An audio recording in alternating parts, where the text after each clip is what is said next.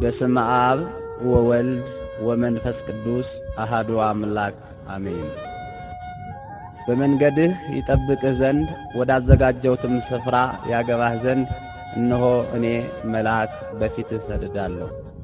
ዘጸአት 23 ቁጥር 20። ጌታችን መድኃኒታችን ኢየሱስ ክርስቶስ ወዳዘጋጀልን ስፍራ ወደ መንግሥተ ሰማያት ስንጓዝ በመንገዳችን ላይ ሆኖ የሚያደናቅፈንን ሁሉ ከፊታችን የሚያነሳልንና ስንደክም የሚያበረታን በፊቱ እንድንጠነቀቅ የተነገረን ቃሉን እንድናደምጥ የእግዚአብሔር ስም በርሱ ላይ የሆነ በኃጢአት መስራት ካስመረርነው ይቅር የማይል ቃሉን ብንሰማ ጠላቶቻችንን የሚጣላቸው ያለንን ሁሉ ብናደርግ ከፊታችን አሞራውያንን፣ ፌርዛውያንን፣ ኬጢያውያንን፣ ኢያቡሳውያንን፣ አሕዛብን የሚያስጨንቁንን የሚያስጨንቅ ሁሉ መዳንን ይወርሱ ዘንድ ስላላቸው ለማገዝ ከሚላኩት መናፍስት አንዱና ዋነኛው ሊቀ መላእክት ቅዱስ ገብርኤል ነው። ገብርኤል ማለት ሰውና አምላክ ማለት ነው። ሊቀ መላእክት ቅዱስ ገብርኤል የእግዚአብሔርን ዙፋን መንበረ ጸባዖትን ከሚሸከሙት አራቱ ኪሩቤል አንዱ ገጸ ሰብ ሲሆን ገጸ ሰብ የሚባለው ሊቀ መላእክት ቅዱስ ገብርኤል ነው። ቅዱስ ገብርኤል በኪሩቤልና አርባብ በተባሉ መላእክት ላይ ተሹሞ የሚኖር ብርሃናዊ መልአክ እንደሆነ ታላላቅ የቤተ ክርስቲያን ሊቃውንት ይናገራሉ።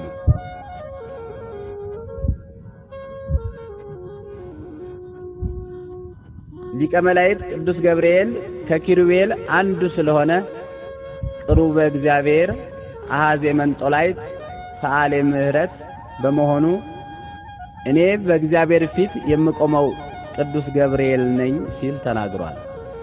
ዘወትር ቅዱስ ገብርኤል በእግዚአብሔር ፊት ስለሚቆምና ለሰው ልጆች ምሕረት ስለሚለምን ወዳጆቹን ከመከራ ሥጋና ከመከራ ነፍስ የሚጠብቅ መልአክ ነው። ሊቀ መላእክት ቅዱስ ገብርኤል በመጀመሪያ ጊዜ ማኅበረ መላእክትን እንኳ ሳይቀር ያረጋጋ መልአክ በመሆኑ መልአከ ሰላም ይባላል። ድኅነተ ዓለም የሚፈጸምበትን የእግዚአብሔር ቃል የፈጣሪያችን የኢየሱስ ክርስቶስን ሰው መሆን ለቅድስት ድንግል ማርያም ያበሰረ መልአክ በመሆኑ መልአከ ብስራት መጋቤ ሐዲስ ይባላል። እግዚአብሔር ቃል ጌታችን ኢየሱስ ክርስቶስ ከንጽሕት ቅድስት ድንግል ማርያም በቤተልሔም በከብቶች በረት በተወለደ ጊዜ ልደተ ወልደ እግዚአብሔርን ያበሰረ መልአክ በመሆኑ መልአከ ፍስሐ ወሐሴት የፍጹም ደስታ መልአክ ተብሎ ይጠራል። ሊቀ መላእክት ቅዱስ ገብርኤል በሰው ልጆች ጭንቅና መከራ ጊዜ ስሙ ሲጠራ ፈጥኖ ለተቸገሩ ሰዎች የሚደርስ ከማንኛውም አስከፊና አስደንጋጭ መከራ የሚታደግ ኃያል መልአክ በመሆኑ መልአከ ኃይል ተብሎ ይጠራል። ልዑለ ባሕሪ እግዚአብሔር አምላክ አእላፍ መላእክትን በዕለተ እሁድ ከፈጠረ በኋላ ከመላእክት ልቆ የተፈጠረው ሳጥናኤል ወይም ዲያብሎስ የሐሰት አባትና ጀማሪ በመሆኑ እኔ ፈጠርኳችሁ ብሎ የሐሰት ቃል ለመላእክት ተናገረ። በዚያን ጊዜ ለማኅበረ መላእክት ወይቤሎሙ ንቁም በበህላዌነ እስከንረክቦ ለአምላክነ በማለት የሰላም መልአክ ቅዱስ ገብርኤል የፈጠረንን እግዚአብሔር እስከምናገኝ ድረስ በያለንበት ንቁም ብሎ ማኅበረ መላእክትን አረጋግቷል። ማኅበረ መላእክትን ያረጋጋ ሊቀ መላእክት ቅዱስ ገብርኤል ከአባታችን ከአዳም ጀምሮ እስከ ሕልቀተ ዓለም ድረስ የሚነሱትን ሰብአ ዓለም የሚረዳና የሚጠብቅ ሊቀ መላእክት ቅዱስ ገብርኤል ነው። ይኸውም የሰው ልጅ ጥንተ ጠላት ዲያብሎስ አዳምንና ሔዋንን ሱባኤ ከገቡበት ባሕር ውስጥ አስወጥቶ ከባድ መከራ ባደረሰባቸው ጊዜ በደብረ ቅዱስ አባታችን አዳምን እናታችን ሔዋንን የረዳ እርሱ ነው። ለአዳምና ለሔዋን ቅዱስ ገብርኤል ከገነት ፍሬያት አዕዋፍ አምጥተው ዋሻዎችን እንዲሞሉላቸው አድርጓል። ለአብርሃም ልጅ ለእስማኤል ከእናቱ ከአጋር ጋር ዋየ ፀሐይ በበረታበት በዚያ በረሃ ውሃ አጥተው በተጨነቁ ጊዜ ሊቀ መላእክት ቅዱስ ገብርኤል በበረሃ ቀዝቃዛ ውሃ አመንጭቶላቸው ጠጥተዋል። ሊቀ መላእክት ቅዱስ ገብርኤል በብሉይ ኪዳን ዘመን የነበሩትን ቅዱሳን አበውን፣ መሳፍንትን፣ ነገስታትን፣ ነቢያትን፣ ካህናትን ከማንኛውም አስከፊ መከራ ጠብቋቸዋል፣ ረድቷቸዋልም።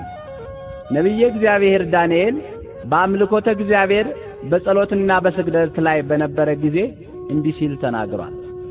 በአምላኬ በእግዚአብሔር ፊት ስለተቀደሰው ስለ አምላኬ ተራራ ስለምን ገና በጸሎት ስናገር አስቀድሜ በራእይ አይቸው የነበረው ገብርኤል ሊረዳኝ እየበረረ መጣ። በማታም በመሥዋዕት ጊዜም ዳሰሰኝ፣ አስተማረኝም፣ ተናገረኝም፣ እንዲህም አለኝ፣ ዳንኤል ሆይ ጥበብና ማስተዋልን እሰጥ ዘንድ አሁን መጥቻለሁ። ትንቢተ ዳንኤል ምዕራፍ 9 ከቁጥር 12 እስከ 24። ነቢዩ ዳንኤል ወደ ፈጣሪው ወደ እግዚአብሔር በንጽሐ ልቦና ሲጸልይ ሊቀ መላእክት ቅዱስ ገብርኤል ተልኮ መጥቶ ዳንኤልን አረጋጋው፣ ዳሰሰውም፣ ማስተዋልንና ጥበብን ሰጠው። ምስጢረ ስጋዌንም ገልጾለት መቅደስ ትትሃነጽ እስከ ክርስቶስ ወእምዝ ትትመዘበር ብሎ ተናግሯል። ዳንኤልን የጠበቀና የረዳ ቅዱስ ገብርኤል አሁንም ወዳጆቹን ሲረዳ ይኖራል።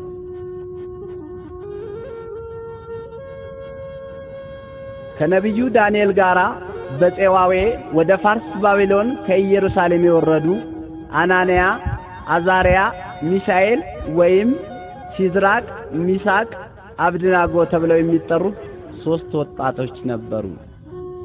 ታሪካቸው በትንቢተ ዳንኤል ከምዕራፍ 1 እስከ ምዕራፍ 4 እንደተገለጸው እነዚህ 3 ወጣቶች ከኢየሩሳሌም ተማርከው ወደ ፋርስ ባቢሎን እንደወረዱ ንጉሡ ናቡከደነጾርም 3ቱን ወጣቶች አናንያን፣ አዛርያን፣ ሚሳኤልን የባቢሎናውያንን ቋንቋና ጥበብ እንዲማሩ ካደረገ በኋላ በባቢሎን አውራጃዎች አስተዳዳሪ አድርጎ ሾማቸው። በኋላም ንጉሡ ናቡከደነጾር በፍቅረ ጣዖት ተይዞ በአደባባይ ጣዖት አቁሞ ለጣዖቱ በመንግስቱ ግዛት ያሉ ሰዎች ሁሉ እንዲሰግዱ አዋጅ ባወጣ ጊዜ ሰውም ሁሉ ለጣዖቱ ሲሰግድ 3ቱ ወጣቶች አናንያ፣ አዛርያ፣ ሚሳኤል ለፈጠረን ለእግዚአብሔር ብቻ እንሰግዳለን እንጂ ለጣዖት አንሰግድም አሉት። ለጣዖቱ ምስል ያልሰገደ ሰው በነደደ እሳት ተቃጥሎ እንዲሞት ተወስኖ ነበርና ለንጉሡ ለናቡከደነጾርም ያስተማርካቸው የሾምካቸው አናንያ፣ አዛርያ፣ ሚሳኤል ወይም ሚሳቅ፣ ሲድራቅ፣ አብድናጎ ላቆምከው ጣዖት አንሰግድም አሉ ብለው ወሬኞች ነገሩት። ንጉሡም ለጣዖቱ ካልሰገዳችሁ በዚህ አስፈሪ እሳት ተቃጥላችሁ ትሞታላችሁ ሲላቸው 3ቱም ሕፃናት በአንድነት ንጉሥ ሆይ በዚህስ ልንመልስልህ ይገባናል ብለው መናገር ጀመሩ። የምናመልከው አምላካችን ከሚነደው እቶን ያድነን ዘንድ ይችላል፣ ከእጅህም ያድነናል። ባያድነን እንኳን ላቆምከው ላንተ ምስል ለጣዖት አንሰግድም ብለው መለሱለት። በዚያን ጊዜ ንጉሡ ናቡከደነጾር እጅግ ተቆጥቶ የሚነደውን እሳት ከቀድሞው 7 እጥፍ እንዲጨምርና እንዲቦገቦግ አደረገው። የእሳቱም ነበልባል እጅግ አስፈሪ ሆነ። አናንያ፣ አዛርያን፣ ሚሳኤልን ያስሩ ዘንድ ወደሚነደው ወደ እቶኑ እሳት ይጥሏቸው ዘንድ በሰራዊቱ ውስጥ ከነበሩት ኃያላንን አዘዘ። የዚያን ጊዜ 3ቱ ሕፃናት ከመጎናጸፊያቸው ጋር በሚነደው በእቶን እሳት ውስጥ ታስረው ተጣሉ። የጣሏቸው ኃያላን ሰዎች ግን የእሳቱ ወላፈን ወዲያውኑ ገደላቸው። የመላእክት አለቃ ቅዱስ ገብርኤል ከእግዚአብሔር ተልኮ መጥቶ የነደደውን እሳት አቀዝቅዞ ወደ ውሃነት ለውጦ 4ኛ በመሆን በእሳቱ ውስጥ ቅዱስ ገብርኤል ለንጉሡ ስለታየው በመገረም አማካሪዎቹን እንዲህ አላቸው፣ 3 ሰዎች አስረን በእሳቱ ውስጥ ጥለን አልነበረምን?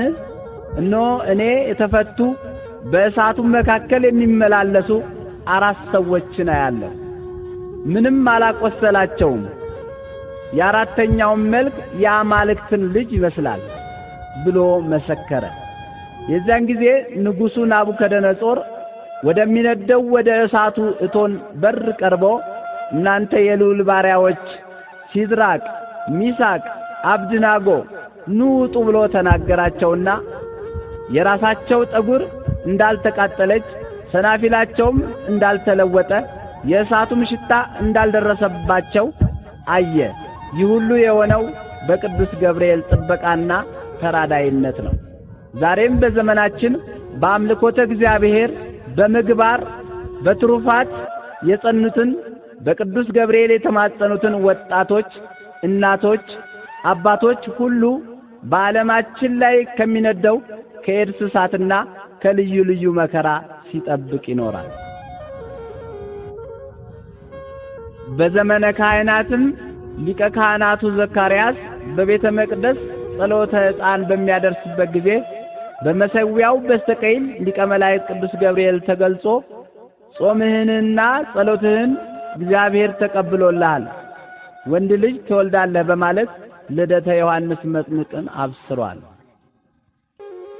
በሰይጣን የሽንገላ ቃል ምክንያት አዳምና ሔዋን ሕገ እግዚአብሔርን በመተላለፋቸው መላው ዓለም ጨለማ ለብሶ ቅዱስ ገብርኤል በብስራቱ ድንግል ማርያምን አምላክን ትጸንሻለሽ ብሎ በማብሰሩና እመቤታችንም ይሁንልኝ ይደረግልኝ በማለቷ መላው ዓለም ከጨለማ ወደ ብርሃን ተሸጋገረ ይላል የታኅሳስ ወር የቅዱስ ገብርኤል ድርሳን። ድንግል ትጸንሳለች፣ ወንድ ልጅም ትወልዳለች፣ ስሙንም አማኑኤል ትለዋለች ተብሎ በትንቢተ ነቢያት የተነገረው የድኅነተ ዓለም የተስፋ ጊዜ ሲደርስ ሊቀ መላእክት ቅዱስ ገብርኤል ከእግዚአብሔር ዘንድ ወደ ቅድስት ድንግል ማርያም ተልኮ መጣ።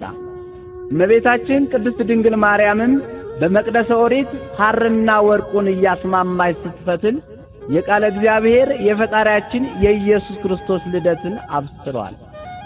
የሉቃስ ወንጌል ምዕራፍ 1 ቁጥር 26። ቃለ እግዚአብሔር ኢየሱስ ክርስቶስ ከእመቤታችን ከቅድስት ድንግል ማርያም ከሥጋዋ ሥጋ ከነፍሷ ነፍስን ነስቶ በቤተልሔም በተወለደ ጊዜ መልአከ እግዚአብሔር ቅዱስ ገብርኤል በሌሊት መንጋቸውን ይጠብቁ ለነበሩ እረኞች ተገልጾ ለዓለም ሁሉ የሚሆን ታላቅ ደስታ እነግራችኋለሁ አላቸው። አትፍሩ፣ ዛሬ በዳዊት ከተማ መድኃኒት እርሱም ጌታ የሆነ ተወልዶላችኋል። ይህም ምልክት ይሆንላችኋል፣ ሕፃን ተጠቅልሎ በግርግም ተኝቶ ታገኛላችሁ በማለት አስቀድሞ ጽንሰቱን እንደተናገረ የአምላካችን የኢየሱስ ክርስቶስን መወለድ ለሰባ ዓለም ተናግሯል። ጌታችን ኢየሱስ ክርስቶስ ወደ ምድረ ግብጽ ከእናቱ ከቅድስት ድንግል ማርያም ጋር በተሰደደ ጊዜ ቅዱስ ገብርኤል ከእመቤታችን ከዮሴፍና ከሰሎሜ አልተለየም ነበር። አምላካችን ኢየሱስ ክርስቶስ በዕለተ ዓርብ በቅዱስ መስቀል ላይ በተሰቀለ ጊዜ ሰይፈ መዓቱን በመምዘዝ ሊቀ መላእክት ቅዱስ ገብርኤል ቁጣውን ገልጿል። ወሰበ ኢከላአቶ ምህረቱ ለክርስቶስ እምታጉለ ኩሉ ዓለም። የቅዱስ ገብርኤል የቁጣ ሰይፈ መዓት የክርስቶስ ቸርነት ባይከለክለው ኖሮ ዓለምን ሁሉ ባጠፋ ነበር ተብሎ የተነገረው ስለዚህ ነው። አምላካችን ኢየሱስ ክርስቶስ በመስቀል ላይ ተሰቅሎ ሞቶ በሞቱ ሞተ ኃጢአትን ደምስሶ ሞትን ድል ነስቶ በሦስተኛው ቀን መነሳቱን በመቃብረ ክርስቶስ አጠገብ ቆማ ስታለቅስ ስለነበረችው ለማርያም መግደላዊት ትንሣኤ ክርስቶስን የነገረ ቅዱስ ገብርኤል ነው። ሊቀ መላእክት ቅዱስ ገብርኤል ከፈጣሪው ከልዑል እግዚአብሔር እየታዘዘ ቅዱሳን አበው ሐዋርያትን ስፍር ቁጥር የሌላቸው ሰማዕታትን ማለትም ቅዱስ ቂርቆስን እናቱ ቅድስት ኢየሉጣን ከነደደ እሳት ከነፍር ውኃ ያወጣ እንዲሁም ከጣዕመ ዓለም ከብዕለ ዓለም ተለይተው በገዳም በበዓት የሚኖሩ ፍጹማን ጻድቃንን በየጊዜው የሚረዳና ከአጋንንት ፈተና የሚጠብቅ እርሱ ነው።